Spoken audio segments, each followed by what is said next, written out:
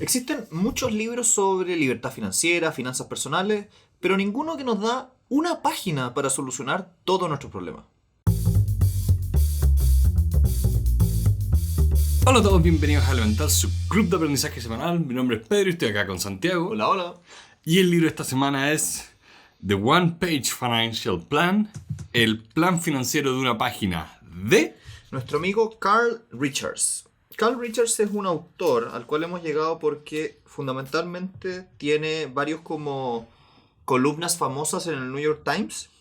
Y además es una persona que ha estado publicando ya desde hace un tiempo, particularmente su primer libro que se llamaba como algo así como, es que es Behavior Gap, no sé cómo traducirlo bien, pero... Behavior es comportamiento, gap es como espacio vacío. Sí, una cosa así. El punto es que esta persona tiene un newsletter que lo ha hecho más o menos famosillo en el mundo de las finanzas personales y que lo hace citable por muchos otros blogueros famosos. Entonces, nosotros llegamos a este autor particularmente porque a través de los blogs de finanzas personales que yo personalmente sigo, lo escuché citado más de una vez. Y fue como, ¿quién será este señor? Sí, y pareciera ser un poco como a la luz de la biografía, no sé si la biografía, pero el tipo de experiencias personales que él cuenta, que además se dedica como asesoría financiera. Sí, él lo menciona harto, que él era o es un asesor financiero. Sí. Y de hecho, eso creo que se nota mucho en el libro, no solo porque él lo menciona literalmente, habla de, yo con mis clientes, sino de que el tipo de consejo que tiene siempre me dio esta impresión positiva de, este es alguien que está acostumbrado a hablar con gente sobre estos temas. Como que se notaba que tenía esta experiencia con clientes a la hora de decir como, acá hay una preocupación, acá cómo la abordo, por qué esto es importante. Sí. Se metía mucho en eso que siento que a nosotros nos pasa cuando con nuestros alumnos. Sí. Que podemos decir como, mira, esta es la duda frecuente cuando hablamos de este tema. Igual, a mí me pasa un poco que aquí noto una brecha entre lo que es nuestra cultura y la cultura de los gringos. Sí. La cultura de los gringos tiene mucho esta figura del asesor financiero mucho más expandida que en Latinoamérica. Para los gringos no es poco común escuchar que tú tienes un asesor financiero, una persona que te ayuda a armar tus finanzas personales, dónde invertir. Sobre todo cuando las personas envejecen un poco, los gringos están súper habituados a tener como el que te va a ayudar al retiro. Sí. Entonces, acá en Latinoamérica, tal vez fuera de un segmento muy chiquitito de personas, es muy raro. Yo no conozco mucha gente que sea como asesora financiera en términos como norteamericanos. Sí. Está acá en Chile como el gallo del banco que te vende productos, está el gallo del fondo de la corredora de fondos mutuos, está la niña que te vende el ISAPRE, pero no está la niña que te vende el paquete completo. Es un concepto muy norteamericano esa cuestión. Sí, es como también ese concepto de tu médico que te ve todas las cosas y te recomienda a otros médicos. Como el médico de cabecera. Sí, esa es la palabra. Acá en Latinoamérica, o por lo menos en Chile, lo que en nuestra experiencia es más raro. Sí. Entonces, igual siento un poco que este libro es entretenido, porque al final del día te estás enfrentando a una profesión y a un profesional en un área que acá en Chile, no es que no existan, existen, pero son Sí. mucho más raros. Sí. Allá, como dice, allá existe para muchas más personas independientes. Como existe como, por decirlo, para 4 quintiles de la población, acá solo el quintil de ingreso más alto. Sí. Y ni siquiera esos tampoco. Y ni siquiera esos tampoco. Sí. Entonces es bien entretenido porque este autor, como que a mí, no sé si te pasó eso, pero me generó un poco de esto de yo te voy a ayudar a más o menos sortear lo que yo he visto cuando tú quieras ser, entre comillas, un asesor financiero, ¿no? Como que sentí un poco que tenía un tanto como de ayuda al individuo en particular, pero también tiraba mucho tip de, no, yo les pregunto esto o les hago las siguientes fases para armar el plan. Que no lo había pensado de esa forma, pero ahora que lo dicen me hace sentido también. Sí. Porque también a mí cuando yo leía esas partes estaba pensando más que nada como, esto estaría bueno para la clase. ¿Veis que ahí estáis Sí. pensando más o menos como lo que te digo? Sí, Estáis pensando sí. en enseñar o hacer la asesoría. Sí, pero no había puesto el 1 más 1 es 2. Aparte que también aquí, bueno, un poco la tesis de este libro es que tú eres capaz de generar un plan financiero con una página. Y que es una simplificación. Evidentemente el autor después a lo largo del libro te muestra que es más de una página, Sí, sí. pero como que la idea de que tú eres capaz de crear un plan financiero razonablemente bueno sin tener toneladas de Excel gigantes. Sí, y eso creo que es algo que nosotros hemos visto mucho cuando revisamos, diría, como la mejor literatura de finanzas personales, que es, oye, esto en verdad es mejor cuando tú lo fabricas para que sea sencillo. Como que Mm. un plan simple es más sólido que un plan complejo. Pero los planes complejos al final la gente se enreda, no los cumple. Es que ahí el tema, yo te diría, Pedro, que está en el tipo de cliente. Está en el inconsciente colectivo la idea de que el rico tiene muchos negocios, mucho dinero, muchas inversiones. Por lo tanto, está un poco la idea de que el asesor financiero sofisticado es aquel que te ofrece un abanico muy Abanico. grande de cosas. Cuando ese tipo de consejo solamente sirve para el 0,01% de la población que efectivamente tiene muchos millones de dólares. A esa persona, si tú le das un plan demasiado sencillo, incluso le sobra la plata, puede cumplirlo y tiene más para hacer. En cambio, para el 99,9% de las personas que no tienen cientos de millones de dólares, un plan más sencillo hace todo el sentido de la Tierra. Sí, sí. Y también pensando que mucha de la base de un plan financiero tiene que ver eh, con cosas mucho más sensatas de, ok, ¿qué quieres? ¿Cuánto riesgo puedes tolerar? ¿Cuál es tu proporción que quieres armar al final del día entre distintas cosas para invertir? Como mucho más de... El macro, creo que eso es el tema para mí. Yo siento que la gente se enreda mucho o piensa que los temas de planes de finanzas o los planes financieros personales son mucho como del micro, del pequeño detalle, cuando no se preocupan del el macro, de la gran vista desde arriba, de, ok, ¿cuál es la gran estrategia por sobre la táctica? Mm. Esa distinción de estrategia y táctica creo que es muy importante hacer acá. Y me hace mucho sentido con lo que decía el autor de que las personas quieren, como tú acabas de decir, el mejor consejo, no un Sí, buen consejo, que es una diferencia muy sutil, pero es muy importante, porque al final del día, si es que tú siempre estás buscando el mejor, el top, con la optimización máxima, tienes la clásica parálisis por análisis. sí. O sea, creo que, de hecho, justo esta semana que grabamos, estamos grabando, fue una semana en que hice la clase de finanzas. Eh, y mencioné esto de, a mí me llama incluso la atención cuando veo casos de personas que antes de empezar a invertir quieren tener un plan de optimización de impuestos. Sí. Y es como, pero viejo, tú pagas impuestos sobre utilidades. Hasta este minuto no tenés ni una utilidad. No has ganado nada. Absolutamente nada. No, no te has puesto a sembrar. Y ya te preocupa lo que va a ocurrir 5 pasos después. Sí, están preocupados de cosechar cuando no han sembrado. Qué buena forma de decirlo. Sí. Bueno, buena La analogía. agricultura es una gran analogía. Mm. Estamos jugando Stardew Valley. Bien. Pero pasa eso, pasa... O la otra analogía de lo perfecto es el enemigo de lo bueno. Eh, Ahí me acuerdo mucho del principio del 80-20, todas esas cosas donde te dicen que tener algo bueno es mejor que tener algo perfecto porque la mayoría de la gente ni siquiera llega al perfecto. Mm. La realidad de las cosas es que el plan perfecto lo hace el 1% de las personas que son como estudiosas de por sí. Que, o sea, tú y yo hacemos eso. Sí. Porque va con nuestro perfil, nuestra personalidad. La mayoría de las personas necesitan un plan bueno. Es Porque que tienen que partir, tienen que tomar acciones. me acuerda mucho de Graham, que hablaba de que, para los que no saben, Benjamin Graham era el profesor y como mentor de Warren Buffett, uno de los, el mejor inversionista de la historia, de hecho. Vimos a Graham acá. Vean nuestro otro capítulo. Sí, tenemos un capítulo que pueden escuchar sobre su biografía. Y él hablaba un poco de que tú tienes que buscar un rendimiento razonable, no extraordinario. Mm, Y eso es bastante potente como inversionista viniendo de una persona que es experta.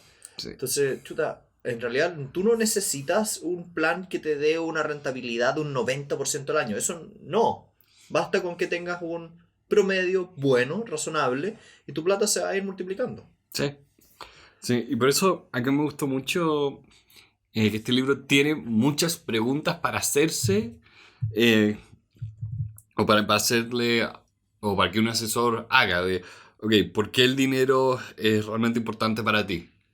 De hecho, yo he partido varias asesorías con esa pregunta porque me gusta el enfoque que obliga a tener en la persona. Y aquí igual a mí me ha pasado lo mismo que decía el autor. El autor te dice, mira, cuando tú le preguntas a alguien por qué el dinero es realmente importante para ti, y me pasó la semana pasada, te dice no, porque me genera libertad, me genera felicidad, me genera seguridad. ¿Por qué? Pero el tema es que, y lo mismo que dice el autor, dice, perfecto, todos te van a decir eso, de hecho creo que Sí. usó esas mismas palabras, pero haz el triple porque ya. ¿Qué significa libertad para ti?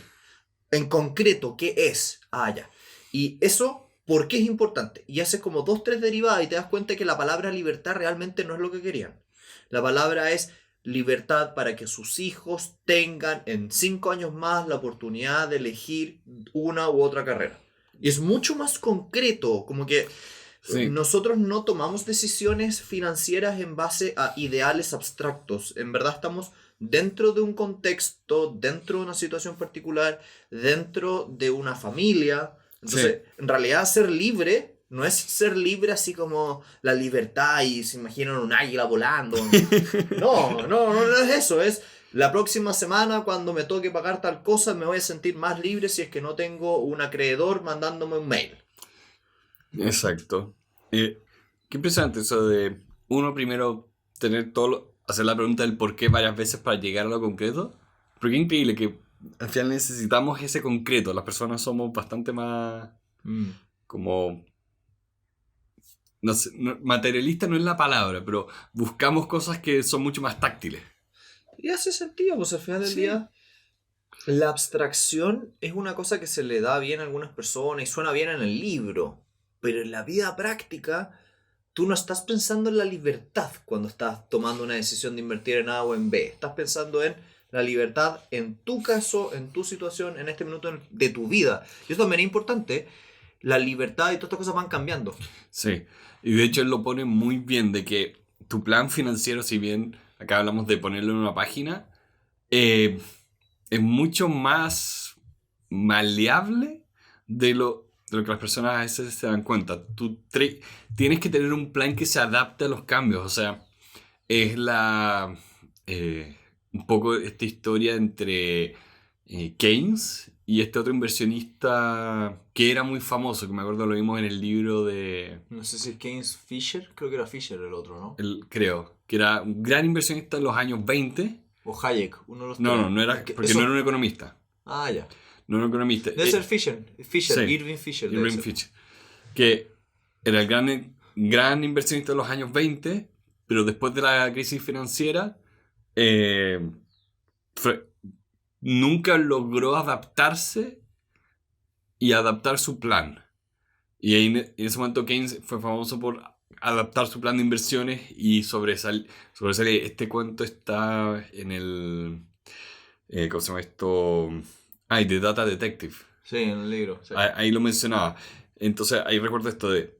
Lo importante no es solo tener un plan sólido, es tener esa conciencia de que tu plan tiene que ir adaptándose a tu edad, a los eventos. Y yo siempre he hablado que a mí lo que me gusta es la idea de crear sistemas, Sí, no soluciones concretas. Y la analogía que siempre se usa, que es muy buena, es distinto ser una persona saludable hasta una persona a dieta.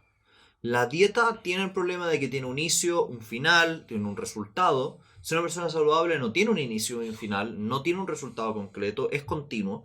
Y lo mismo pasa con la plata. El dinero tiene esa característica de que nos va a acompañar hasta el día de nuestra muerte probablemente. mi abuela todavía paga por su lado. Exacto. Entonces la pregunta es, ¿cómo armamos un sistema que nos permita ser saludables financieramente desde ahora que nos están escuchando hasta el día de su muerte? Sí. Y que ese sistema haga sentido en todas tus etapas de la vida. Entonces, hay ciertos principios básicos que siempre van. Sí. Tú siempre vas a tener que ahorrar un poquitito, siempre vas a tener que invertir un poquitito. La idea siempre es que gastes menos de lo que ganas y así.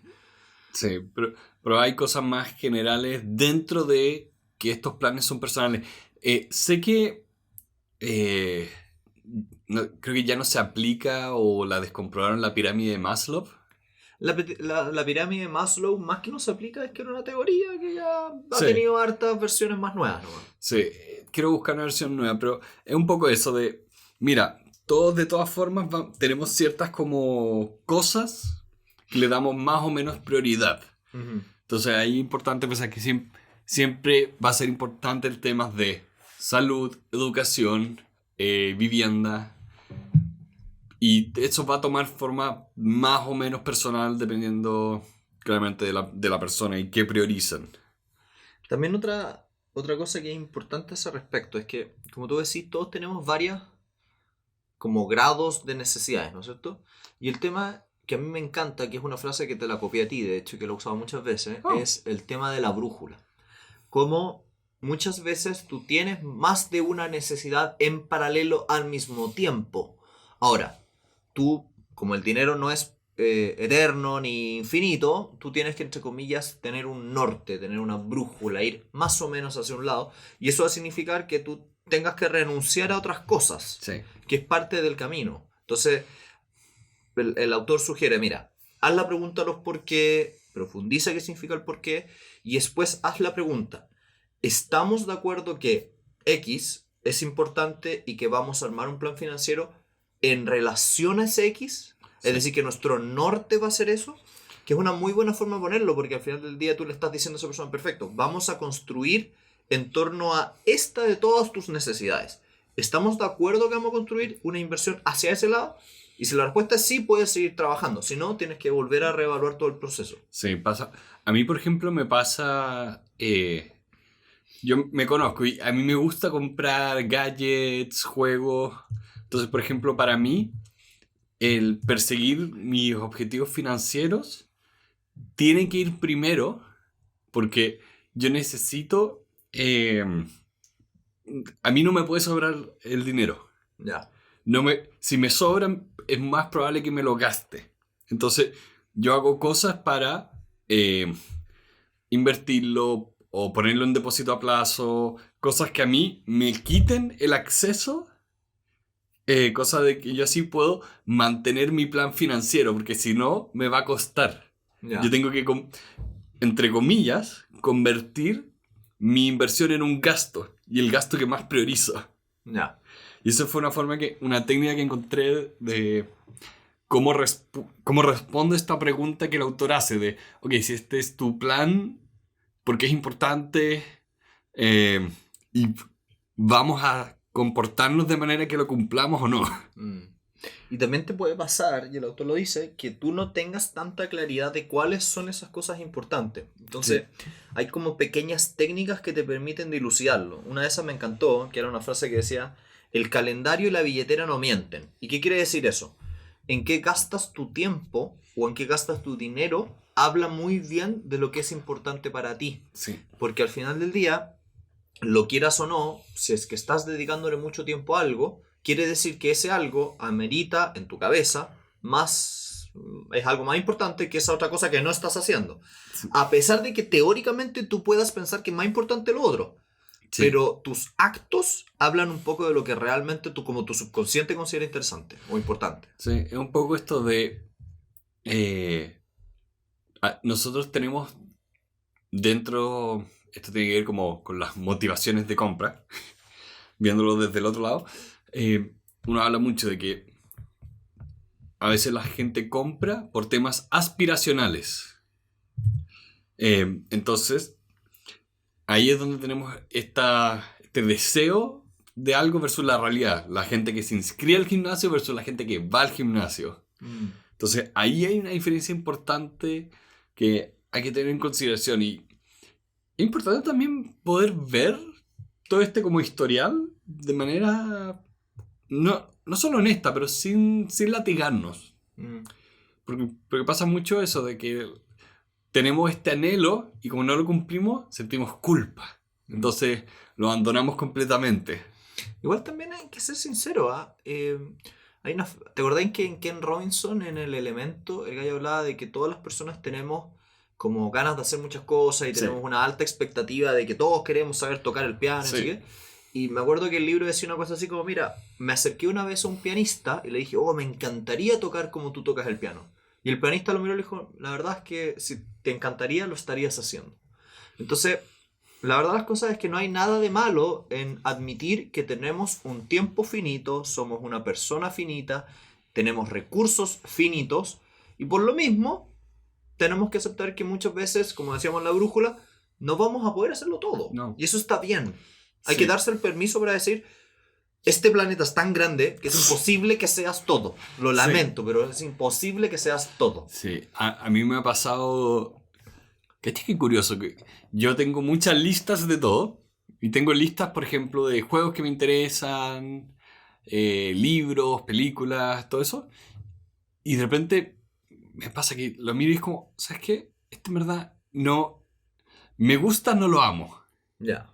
Y empiezo a eliminar cosas que no amo realmente querer hacer. Y es tan liberador, porque es como...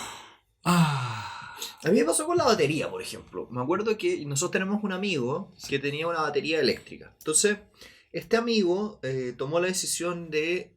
Se fue a Estados Unidos un par de meses. Se fue a ver a su actual pareja, su señora. Que es una gran historia, la contaremos en sí. otro momento. El punto es que... Love is in the air. El punto es que este sujeto tenía la batería en la casa y me dijo, me voy a ir 2 meses, yo sé que a ti me has dicho muchas veces que te gustaría tocar batería, llévatela y toca un tiempo. Y yo tuve la batería en la casa durante 2-3 meses y creo que toqué batería 1 o 2 veces durante esos 2-3 meses. Sí. Y ahí me di cuenta que por mucho que a mí me encanta el concepto y la idea, en verdad, no me gustaría ser baterista. Sí. Y tuve que aceptarlo que, bueno, me gustaría apreciar mucho la batería, pero en verdad nunca voy a tocar batería. Sí, y creo que es un buen experimento de qué pasa cuando efectivamente obtienes esta cosa. Yo te presté mis juegos, ni los tocaste. Eso también es muy típico. Por ejemplo, hay personas que dicen, a mí me encanta el esparcimiento y poder ver películas y jugar juegos. Pero a mí me pasó particularmente que Pedro, que está aquí presente, me prestó un PlayStation con muchos juegos y lo tuve ahí tirado durante 2 meses y te lo devolví y no jugué nunca. Sí. Entonces ahí me di cuenta nuevamente que yo no soy una persona que necesita tener juegos porque no los voy a usar. Y por lo mismo, eso me trae a la aceptación de que mi personalidad en particular no funciona bien con eso. Sí. Y pasa mucho, y para cerrar un poco este punto, pero traerlo de vuelta a las finanzas, que a veces estos temas aspiracionales también tienen un precio. Entonces es bien importante identificarlos, porque también nos puede liberar mucho del tema de, a ver, por ejemplo, mi papá siempre ha soñado con tener una casa en la playa. Y yo pienso, ok, ese es su sueño, no lo voy a cuestionar, pero yo pienso, a ver, yo tengo un sueño así como, oh, quiero tener esto, quiero tener un auto, una casa o un viaje. Ahí pasa mucho de que nos venden sueños que a veces no son para nosotros. Sí. Eso también es importante, y el autor lo dice. Tus sueños tienen que ser tuyos. Estamos todos de acuerdo. Nosotros nos han dicho y nos han contado que tener el último automóvil deportivo, la última casa en la playa y el último viaje es lo que te va a hacer feliz. Pero en la vida real puede pasar que eso efectivamente a ti particularmente no te haga feliz. Hay un libro que quiero que leamos que es como sobre la psicología de la felicidad y el dinero. Ya. Vamos a leerlo. Vamos a leerlo, porque es ese tema. A veces las cosas que pensamos que nos van a hacer felices cuando las compremos no nos hacen felices. Bueno, los típicos estudios de que hay muchos estudios que hablan de que las experiencias te dan más felicidad que los objetos. Sí.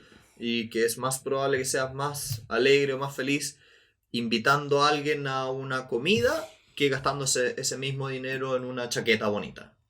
Entonces... Y por eso mis poleras tienen hoyos. Hay ciertos problemas, de hecho, me da risa, había otro libro, ¿te acordáis? Un libro que se llamaba Choose FI. Sí.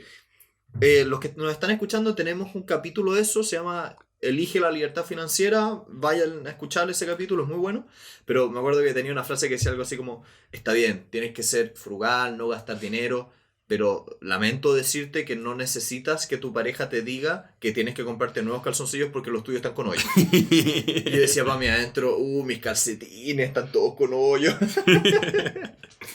Entonces, bueno, el punto es que este autor... Por eso a Santiago le regalo calcetines. Sí, su familia para todos los cumpleaños me llegan cajas de calcetines. Yo uso mucho calcetín formal como de traje de oficina. Y siempre se me hacen hoyo. Y mi renovación de los calcetines, sí. Gracias a Pedro. Suena... Es de esas cosas como de las películas de... Jaja, le llegaron calcetines. Y es como... Oye, esto es bacán. Esto muy práctico. Encanta. Estamos viejos. Bueno, y en definitiva este autor, como es un buen asesor financiero, tiene como hartos consejos, hartas etapas. Y la típica, como punto de partida, más allá del por qué, también está en el dónde. Sí. Todos tenemos más o menos clara qué nos gustaría, nuestras ideas, y con un par de conversaciones como las que acabamos de tener, somos capaces de bajar esa idea abstracta a necesidades concretas. Pero una cosa que yo me he dado cuenta que es mucho más difícil de conocer es dónde estamos financieramente, sí. Desde dónde partimos. Sí, el libro está, por lo menos, ya está dividido en 3 partes, y esta primera parte es el ¿por qué? ¿A dónde quiero llegar? ¿Dónde estoy? A dónde quiero llegar lo vamos a ver en una extra idea, pero el a dónde estoy pasa mucho de que esto se llama el efecto avestruz, de que ante el problema o la sensación del problema la gente se esconde, no lo mira. Sí. Ante la posibilidad de que haya una mala noticia optamos por no reconocer la realidad y eso hace que las cosas sean peores. No solo en el sentido como literal de oye, no estás viendo tu problema de deudas, sino también el psicológico, de el estrés asociado es más grande. Sí. Porque por lo general ocurre que la gente piensa que el problema es peor de lo que realmente es. Sí. Y sobre todo yo diría que con el tema de las deudas pasa mucho y se vea súper acrecentado el problema porque la información es muy difícil de obtenerla. Por lo menos acá en Chile, y tengo más o menos la certeza de que es más o menos así en todo el mundo, los bancos son intencionalmente muy confusos para explicarte cuánta deuda tienes. Es muy difícil entender cuánto debes en la tarjeta de crédito. A mí, yo batallo contra la cuestión todas las semanas. ¿Por qué? Porque no sabes cuándo se cargan las cosas, cuánto es la tasa de interés, si te van a cobrar interés, cuánto te van a cobrar, dónde, cómo. Y entonces porque tú compras y aparece al día siguiente, pero después está el tema de cuánto está facturado y no está facturado, porque tú tienes que pagar lo que se factura. No, sí, está hecho de una manera de que sea difícil intencionalmente para que las personas se confundan y terminan pagando intereses. Sí. Malditos bancos. Malditos bancos. Yo... me acuerdo una vez que fue tan nefasto que... porque tenía el depósito a plazo, no tenía en mi cuenta corriente efectivo, y me llegó un cobro automático del banco como de un seguro. Y eso hizo que me sobregirara y me cobraron intereses. Fue tan como, me estás molestando. Gente de mierda. Pero pasa eso, de que es importante saber dónde están. Y me gustó mucho cómo lo pone el autor acá también, de que es un tema que también es social y familiar. Acá creo que tú puedes hablar más del tema porque tienes más tiempo con la Vale, de que hablan mucho de sus finanzas. Sí. Pero yo también con la Dani hemos estado hablando de ese del tema de finanzas, de dónde están nuestros gastos, nuestros presupuestos. Y que sabéis que también hay un tema que es... Todo el mundo lo sabe, pero poca gente realmente actúa al respecto, que es que todos sabemos que los problemas financieros son una de las causas más importantes de los problemas familiares, matrimoniales, etc. Y poca gente realmente se sienta a hacer esto. Nuevamente, acá en Chile por lo menos existe una cultura donde el dinero es más o menos culposo. Y es, entre comillas, mal visto o de mal gusto hablar de dinero. Por lo mismo, normalmente entre las parejas son conversaciones que se tienen cuando ya llevan mucho tiempo conociéndose. Entonces, te genera el problema de que si tú tienes una incompatibilidad en la personalidad financiera de la pareja, te termina generando un problema. Es muy lógico. Si tienes una persona que le encanta gastar dinero y una persona que aborrece gastar dinero, lo lamento, eso te va a generar un problema, por lo menos comunicacional, en la relación. Sí. Entonces tú tienes que sentarte a trabajarlo. Y los norteamericanos tienen un concepto que acá en Chile particularmente casi no existe, que son los famosos acuerdos prenupciales. Palabras fáciles significa una pareja antes de contraer matrimonio hace un acuerdo financiero respecto de el dinero y deudas o lo que sea que traigan a la relación. Entonces, para los gringos es muy habitual tener esta conversación, hablarlo, verlo, y de hecho ya se ha estado normalizando un poquitito más. En Latinoamérica, en Chile, no existen. Derechamente no hay, nadie lo hace.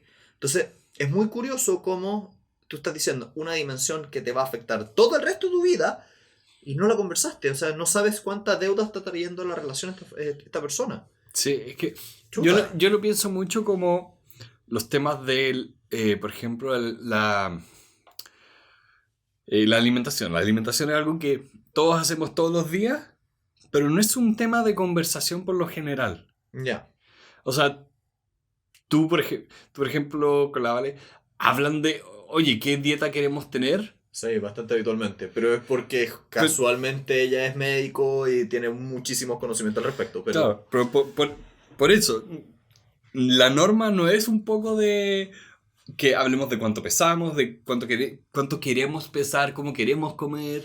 y Lo hacemos todo el rato, es parte de nuestra vida, pero no es parte de nuestro interés por lo general. yo no sé, depende un poco de las personas. Por eso, depende de las personas. Acá nosotros nos preocupamos de las finanzas, por eso lo hablamos. La gente que va al gimnasio todo el rato le importa la deuda. Pero el promedio diría que Sí, no. sí. Que lo hace, pero no lo piensa Sí, y no y lo... yo te diría que tienes razón, porque la cantidad de obesidad que tenemos en el mundo demuestra un poco que no es una temática tan importante. Sí. También otra temática que no, es tan, que no se toca tanto, pero llega a ser importante, tiene que ver con la familia, por ejemplo, o lo que viene después. Muchas veces, cuando tú estás pensando en tu familia, tú te dices, oye, ¿qué pasaría si a mí me ocurre algo? Me caigo, me choco, me muero. ¿Cómo me aseguro contra esa cuestión? Y ahí entra una conversación financiera que no es tan habitual porque suena súper difícil y enredado, que son el mundo de los seguros. ¿Hace sentido o no tener un seguro? Y el autor toca un poco este tema en el capítulo sexto, cuando te hace la pregunta de, primero, ¿necesitas un seguro? ¿Sí o no? Y para poder responder eso, tienes que partir con la siguiente como seguidilla de preguntas. Primero, ¿alguien depende financieramente de ti? ¿Sí o no? Si nadie depende de ti financieramente, no necesitas un seguro por lo menos de vida. Tal vez un seguro salud para ti mismo Sí. sí, pero un seguro de vida no lo necesitas. Si es que hay personas que dependen de ti financieramente, requieren ayuda si es que tú no estás, sí o no. Tienen una forma de suplir eso, sí o no. Tercero, si es que tú llegases a fallecer, ¿tú les dejas una herencia lo suficientemente grande como para que ellos puedan sobrevivir en tu ausencia? ¿Sí o no? Y así un poco jugar como cómo llegar a tener o no un tema de los seguros, porque nuevamente la cultura norteamericana en términos financieros está mucho más avanzada que nosotros los chilenos. Y por lo mismo, para los gringos es súper habitual pensar en armar testamentos cuando son jóvenes, es súper habitual tener seguros de vida, tener seguros mixtos, tener toda esa serie de cuestiones. Sí, acá, por lo gen... acá de nuevo vuelvo al tema de... Esto se aplica para la mayoría de las personas, pero la mayoría de las personas tiene su único seguro que es el obligatorio. Mm. Y nada más. Y eso nos deja en una situación bastante precaria ante todas las cosas que pueden suceder realmente. Mm. Porque, de nuevo, acá la idea es un poco estar... Porque ya a nadie le gusta pagar un seguro, porque dices como, pago por algo que no lo necesito. Pero el tema es que si lo llegas a necesitar y no lo tienes, es desastroso. Yo lo pienso en un tema de cuál es la consecuencia. Porque en este caso, la medida preventiva es muy barata en comparación con la consecuencia de no tener la medida preventiva. Mm. Yo pagar un seguro ya puedo decir, pucha, pagué este seguro y nunca lo usé. Al final del día, eso es más barato que haber necesitado el seguro de salud y no tenerlo. Y también hay una cosa que no toca el libro, pero que a mí me gusta poner en la mesa cuando hablo de seguro. Yo siento que es importante tener claro un punto, que es que tú quieres evitar los errores que te dejen fuera del juego. ¿Qué quiero decir con eso? tú tienes que evitar aquellos problemas financieros que te dejen con cero dinero, de manera tal de que no quedes sin posibilidad de volver a crecer. Y entonces los seguros vienen un poco a cubrir lo mismo. ¿Qué pasaría si yo me quedo con una tetraplegia, no puedo seguir trabajando? Bueno, el seguro sirve para ese tipo de situación extrema. Sí. Entonces, lo mismo pasa cuando tú falleces. Si es que tus hijos no tienen cómo sobrevivir sin tu ausencia, es decir, pasan y pierden todo el dinero, bueno, ¿cómo nos hacemos cargo de ese tipo de cuestiones? Por ejemplo, un seguro para aquel caso donde yo pudiese perder un poquitito de mi dinero, no es necesario. Exacto. Entonces también ahí hay que tener claro que no es necesario tener trillones de seguros. Es solamente ojalá para lo catastrófico que te deje fuera del juego. Sí. Enfermedades más graves, o también hay gente que tiene seguros específicos dependiendo de la profesión. Creo que los cirujanos tienen seguros sobre dedos. No necesariamente, pero sí puede ser. Pero, en fin, esas son las cosas que es bueno considerar y no sobra asesorarse. Bueno, y en general, ¿qué te pareció el libro? Mira, me gustó mucho, porque bueno, nos pasa un poco como leemos mucha literatura de este estilo, que como que no hay nada nuevo bajo el sol. Sí, no aprendí nada que nunca hubiera escuchado antes. No, pero para mí igual estos libros son oportunidades de aprender de educación financiera, cómo se hace. Y yo encuentro que este libro me pasó por sobre otros que encontré que dejaba de mejor manera como no sé, el proceso de armar un plan financiero, en el sentido de, ok, ¿por qué esto es importante para ti? Creo que esa parte la explicó mejor que muchos. Sí, eso es cierto, esa parte está muy sólida. Después, ¿a dónde quieres llegar? De nuevo, siento que lo explico mejor que muchos. Esas cosas me hacen valorar mucho el libro y en general también la parte de los seguros y otras que vamos a tocar después en el Extra Idea. Encuentro que está muy bien explicado, muy pedagógico. También otra cosa que tienen estos libros es que Tiene dibujitos. esos malditos dibujitos, yo quiero hacer esos dibujitos y no sé hacer esos dibujitos. Pero es fácil. No sé hacer estos dibujitos, Pedro. No es tan fácil como parece. Yo estoy seguro que estos dibujitos que parecen como que los hizo alguien a mano, te apuesto que tienen un diseñador. Te firmo que tienen un diseñador. Sí, pero eso parte de un dibujo sencillo que tú vas puliendo. Bueno, pero no es tan fácil. Pues si fuera tan fácil, a todos nos saldrían tan bien estos dibujitos. Mira, tú tienes que hacer los dibujitos en una servilleta y se lo pasas a tu hermana. De hecho, es lo que he estado haciendo constantemente en mi Instagram. Sí. Bueno, en definitiva, es un libro entretenido, bastante recomendable. Corto, es un libro que 200 tiene páginas. 204 páginas, de hecho. Sí. Lo tengo aquí en la mano.